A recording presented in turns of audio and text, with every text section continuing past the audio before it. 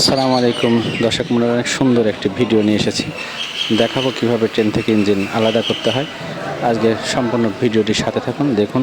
অনেক সুন্দর একটি ভিডিও করেছি আপনাদের দেখানোর জন্য। ইঞ্জিন কিভাবে কেটে যায়, ট্রেন থেকে বিচ্ছিন্ন হয়, সেটাই আজকে তুলে ধরলাম। দেখতে থাকুন সম্পূর্ণ ভিডিও, সাথে থাকুন। ধন্যবাদ। আসসালামু আলাইকুম। ট্রেন ঢুকছে বারান্দ্র এক্সপ্রেস আব্দুলপুর রেলওয়ে জংশন স্টেশনে। ট্রেন ঢোকার পর এখানে ইঞ্জিন ঘোরাবে। এখান থেকে ইঞ্জিন বিচ্ছিন্ন হয়ে আবার সামনে থেকে পিছনে গিয়ে লাগবে, কারণ রাজশাহীর পেছনের দিকে যাইতে হলে এখানে ইঞ্জিন ঘোরাতে হয়। তো চলুন দেখে আসি ইঞ্জিন কীভাবে ঘোরায় সামনের দিকে গিয়ে।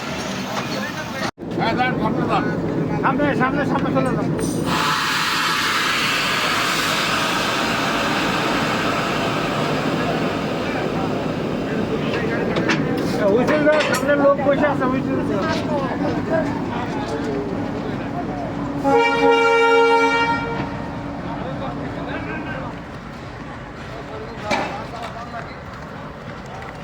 ইঞ্জিন কেটে চলে গিয়েছিল, ইঞ্জিন আবার বের হলো, আরেক লাইন দিয়ে চলে যাচ্ছে, আবার ঘুরে আসবে, এসে এই সামনের এই কোচের সামনে লাগবে।